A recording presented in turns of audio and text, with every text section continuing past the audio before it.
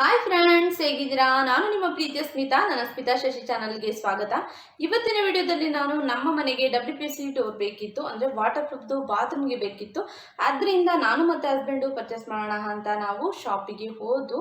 ಅಂದರೆ ಒಂದು wood shop, ಅದು ಚಿಕ್ಕದಾಗಿರುವಂಥದ್ದು. ನಾವು ಆಲ್ರೆಡಿ ಮನೆ ಕಟ್ಟುವಾಗ 5 ಇಯರ್ಸ್ ಬ್ಯಾಕು ಅಲ್ಲೇ ತೊಗೊಂಡಿರೋಂಥದ್ದು ವಾಟರ್ ಪ್ರೂಫ್ ಡೋರು. ತುಂಬ ಚೆನ್ನಾಗಿ ಬಾಳಿಕೆ ಬಂತು, ಅದರಿಂದ ಅಲ್ಲೇ ತಗೊಳ್ಳೋಣ ಅಂತ ಹೇಳ್ಬಿಟ್ಟು ನಾವು ಹೋಗ್ತಾ ಇದ್ದೀವಿ. ಈ ಒಂದು ಮೆಟ್ಲು ನೀವು ನೋಡ್ತಾ ಇರ್ಬೋದಲ್ಲ, ಈ ಒಂದು ವುಡ್ಡು ಕೂಡ ನಾವು ಅಲ್ಲೇ ಮಾಡಿಸಿರುವಂಥದ್ದು. ನಾವು ಅಲ್ಲಿ ಆರ್ಡ್ರ್ ಕೊಟ್ಟು ಮಾಡಿಸಿ ತೊಗೊಂಡು ಬರ್ತೀವಿ.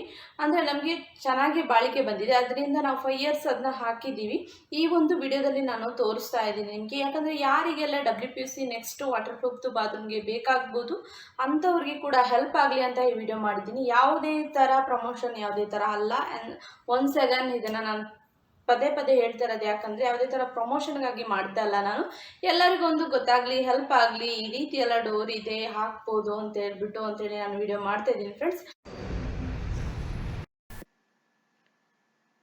ನೋಡಿ, ಇದೇನೆ WPC ವಾಟರ್ ಪ್ರೂಫ್ದು ಬಾತ್ರೂಮ್ ಡೋರು. ತುಂಬಾ ಚೆನ್ನಾಗಿರುತ್ತೆ, ಒಳ್ಳೆ ಬಾಳಿಗೆ ಕೂಡ ಬಂದಿತ್ತು. ಅದಕ್ಕೆ ನಾವು ಈ ಶಾಪಿಗೆ ಹೋಗಿ ಪರ್ಚೇಸ್ ಮಾಡ್ತಾ ಇದ್ದೀವಿ. ಚೆನ್ನಾಗಿದೆಲ್ಲ,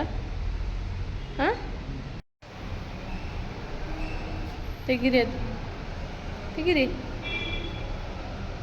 ನೋಡ್ತಾ ಇದ್ದೇನೆ.